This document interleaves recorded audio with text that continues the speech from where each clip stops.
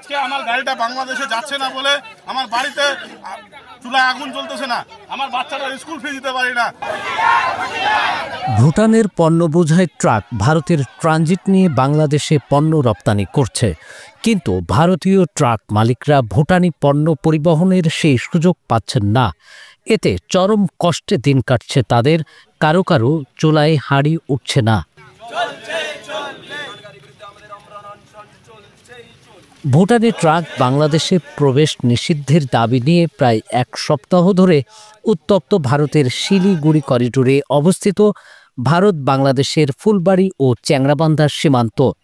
23 June পরিস্থিতি নিয়ন্ত্রণের বাইরে চলে যায়। ভারতীয় ট্রাক মালিক, ট্রাক চালক ও শ্রমিক CNF এজেন্টদের বিক্ষোভে অশান্তি ছড়িয়ে পড়ে স্থলবন্দর এলাকায়। গ্রেপ্তার করা হয় বেশ কয়েকজন বিক্ষোভকারীকে।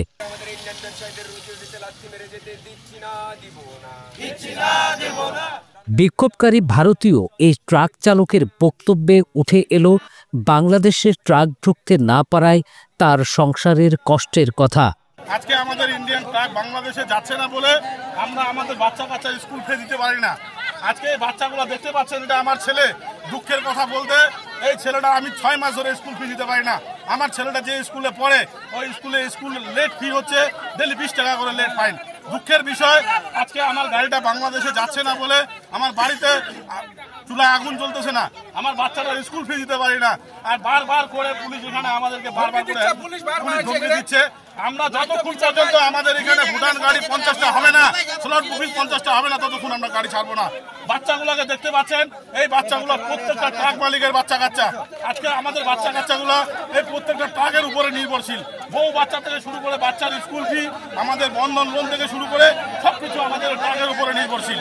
তাই আমরা আমাদের বাচ্চাগুলোকে নিয়ে আসি যাতে আমাদের ইন্ডিয়ান ট্রাকটা বাংলাদেশে যায়। 23 জুন সকাল থেকে ভুটানের বাংলাদেশগামী পণ্য বোঝাই ট্রাক আটকে বিক্ষোভ শুরু করেন ট্রাক মালিক, শ্রমিক, এক্সপোর্টার অ্যাসোসিয়েশন ও CNF এজেন্টরা।